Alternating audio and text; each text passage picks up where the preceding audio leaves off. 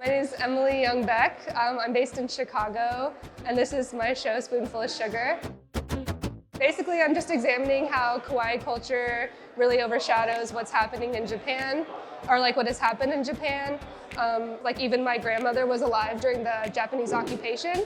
And I really feel like Kawaii culture has done a lot to overshadow a lot of that. And I really just want to show how strong cuteness can be, basically. It can really erase war crimes. So that's how you came up with the title too? Yeah, Spoonful of Sugar, you know, the Julie Andrews, Mary Poppins, it helps the medicine go down. That's basically what I feel like Hello Kitty is, you know, it's just like the ultimate symbol of cuteness.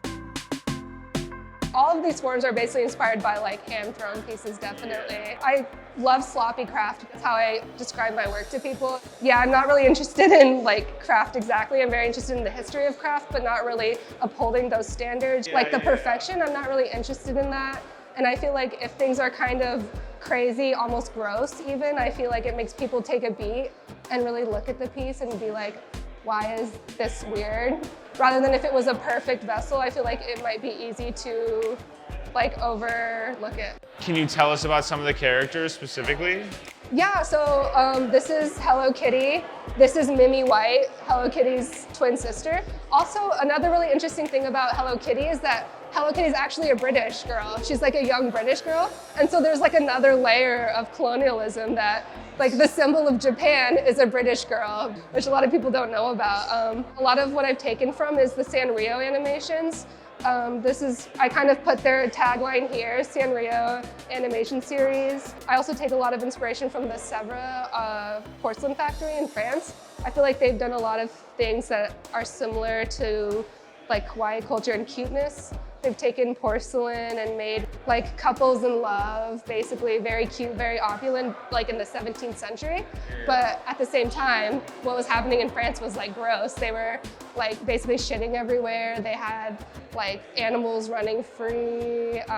But what you remember is like Marie Antoinette being really like royal, like with the macaroons and like tea parties. But you don't think about how Versailles was like covered in shit. Also, like cuteness is very feminine, it's very empowering. So if you look at these and you just think it's a symbol of feminism or like taking in the cuteness, it's totally fine with me. You don't have to have that background knowledge. It's basically just for myself and doing what I feel like my ancestors would want me to do. It's like very for myself to make these pieces that call out these things just to remind myself that these things have happened.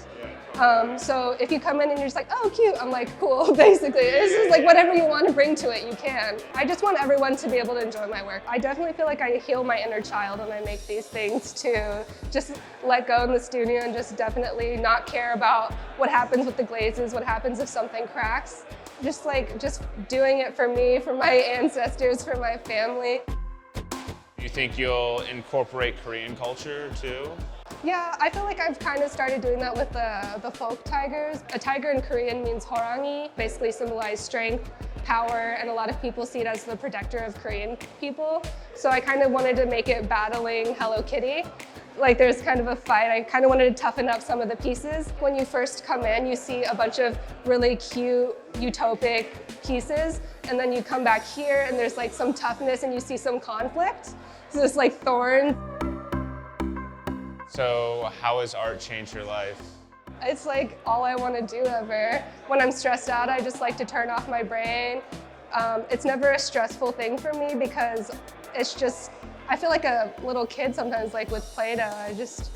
I never really follow the rules. I just let go, just build things. I couldn't imagine what I would be doing without this, without doing art, basically. Even if I wasn't lucky enough to have a show or if people didn't like my work, I'd still be making it for myself.